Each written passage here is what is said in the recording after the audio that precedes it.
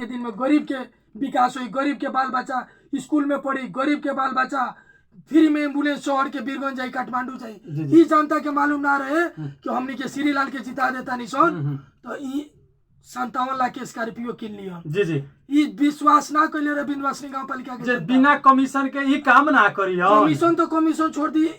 जवान आदमी के विगत के दिन में स्कॉर्पियो ना चढ़। लोग तो ई मानसिकता रखले रहे कि लोग तो ई मानसिकता रखले रहे कि गरीब के बेटा बाड़न, गरीब के खातिर कुछ करियन, लेकिन जनता उम्मीद कैला उम्मीद पूरा ना भइल। तब नु एबरा जनता गांव में घुसे से पूरा टाइट कर देले बात। जेबरा सारा कोई गांव में घूमता, गांव पालिका के ऑफिस अगोरता नहीं, समस्या तो हुए बा। काम कोइले रहती जेबरा तो वो गांव में जनता के बीच में रहती। जी जी यानी कि अब किया बार के चुनाव में जी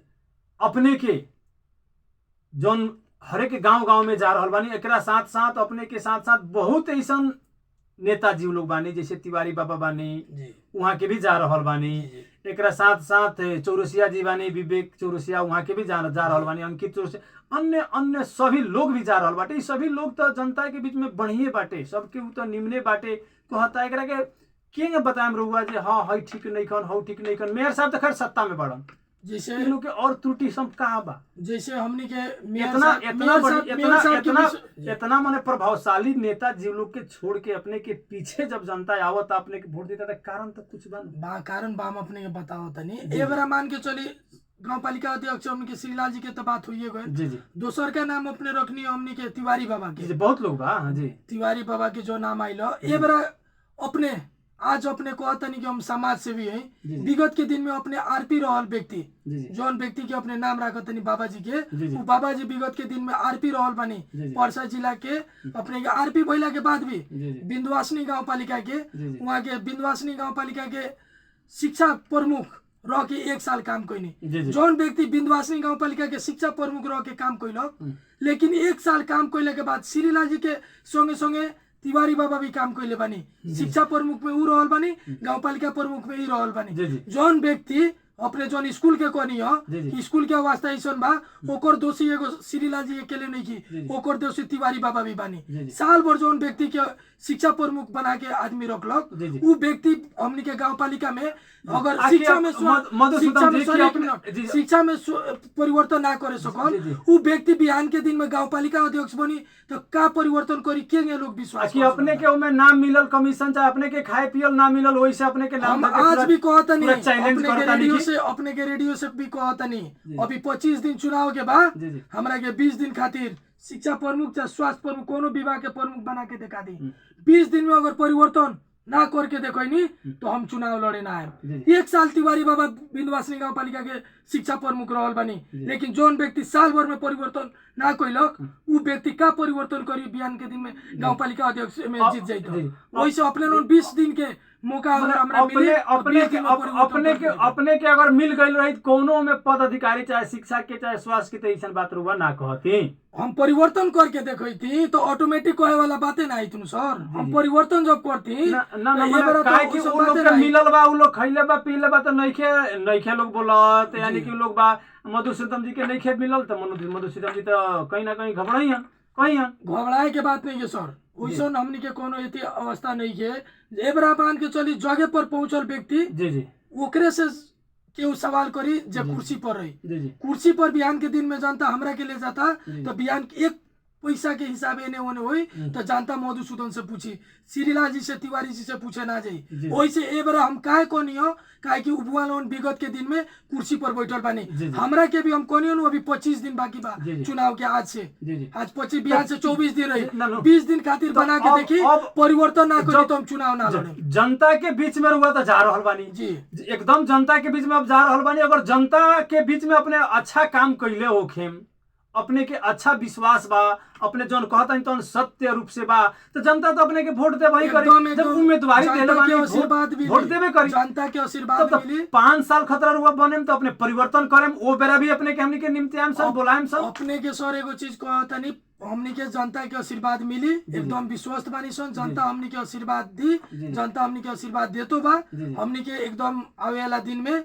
चुनाव के बाद हमनी के निर्वाचित होके हम सन। आज जितना भी अपने बात को हमनी से बात करता नहीं, ओकर बाद पुनः अपने हमरा के बुलाएम, ओकरा बाद हमरा से कोनो त्रुटि होई तो अपने डायरेक्ट हमरा से पूछम कि मधुसूदन जी अपने बड़का बड़का भाषण देत रहनी, ओ बेरा हम रेडियो में आई रहनी, हमनी के रेडियो में आज ई काहे होता वो दिन वो अपने के एकदम हम तो पूछबे करम कि अब किया जब 30 गते के चुनाव आ रहल बाटे, में तो जनता स्वयं बताई कि जे कहीं ना कहीं मधुसूदन जी के योगदान कितना बा और लगानी कितना बा। 30 गते चुनाव आ रहल बाटे, 30 गते जनता अपन बाइलर से छाप के अपने के एगो बताई। चीज हमरा के स्पष्ट कर दी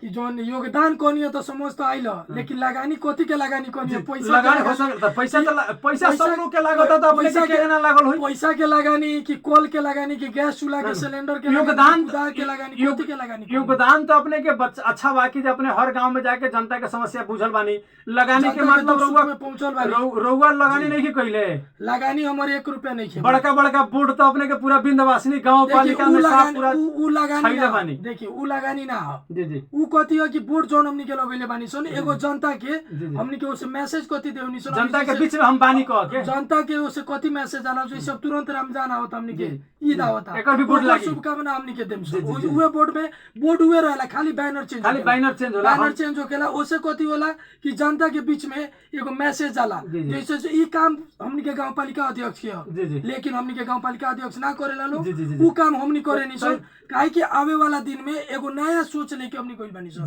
कि हर एक ईद में हमनी के एकदम अब ये चुनाव आ रहल बाटे और मधुसूदन जी अच्छा बानी तो जनता मधुसूदन जी के वोट दे के जितेबे करी, और ई भी जनता बताई कि जे खाली बोर्ड बाइनर भी रहल बाटे कि जनता के बीच में रुआ दिल में भी बानी। एकरा साथ साथ यदि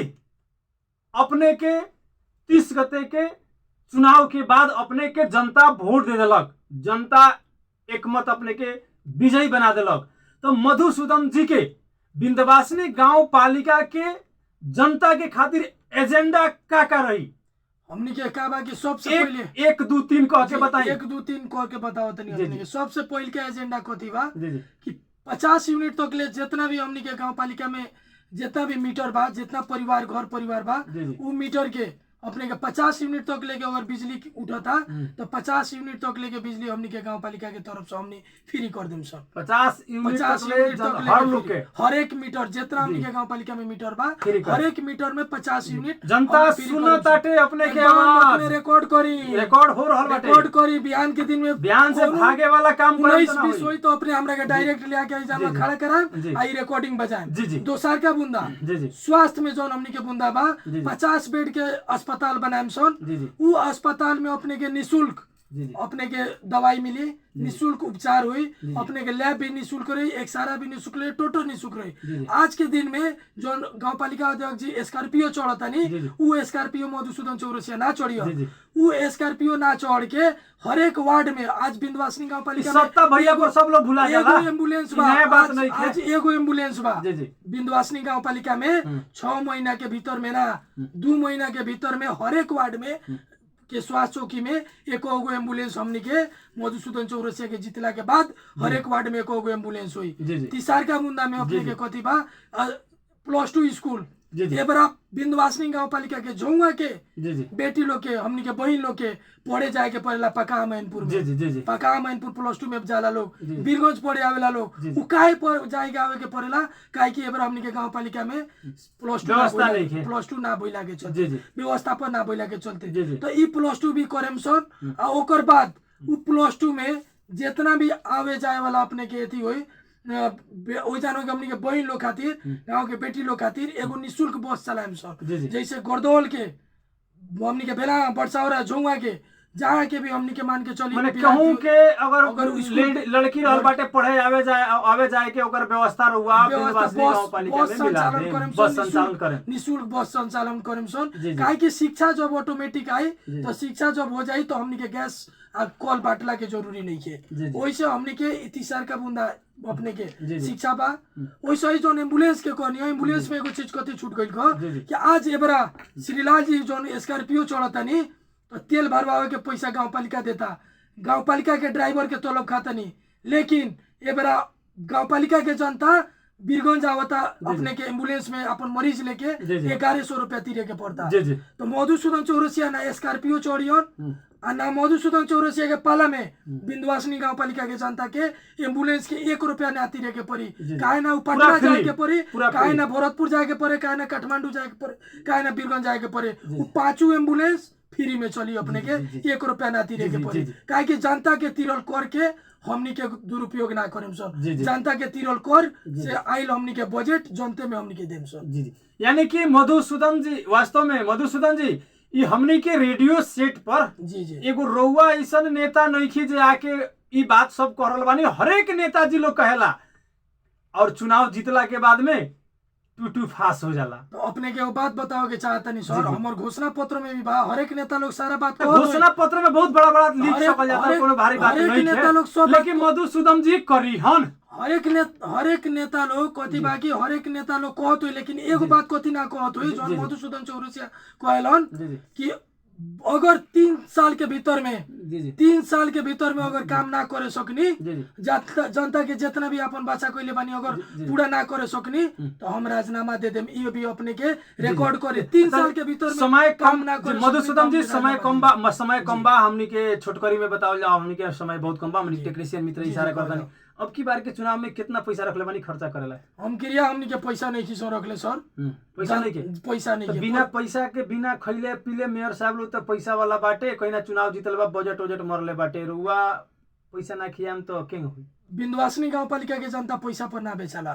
विंध्यवासिनी गाँव पालिका विंध्यवासिनी गाँव पालिका के जनता पूरा स्वच्छ बा। अपने तो हमनी के गाँव के बगल के बानी, हमनी के मेयर साहब के गाँव के बगल के बरवा के बानी, जी जी अपने के मालूम होई कि श्रीलाल जी के लोग पैसा पर वोट ना देले रहे। जी जी, श्रीलाल जी के एगो हमनी के गाँव के एगो युवा बाड़न, एगो अपने के ईमानदार बाड़न कह के लोग वोट देलक, पैसा पर वोट ना देलक, वैसे अपने के कहे के चाहे विंध्यवासिनी लेकिन रउआ 1 रुपया खर्चा ना करे, अब किया बार रउआ के जनता वोट दी, मत दी, विजयी बनाई। विंध्यवासिनी गाँव पालिका के जनता पैसा पर ना बेचाला, विंध्यवासिनी गाँव पालिका के जनता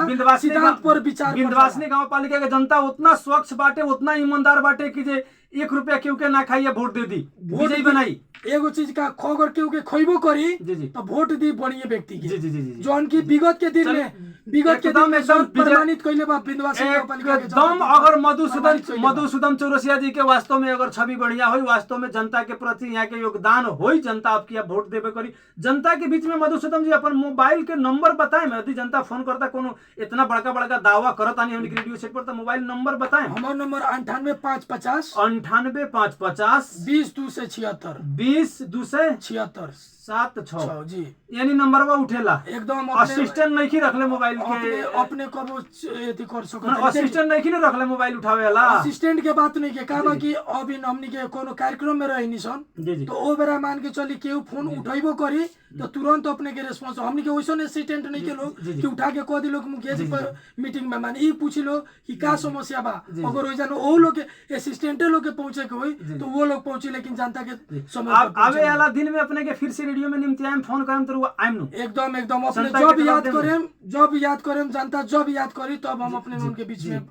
समय हमनी के मधुसूदन जी, हमनी के समय बहुत कम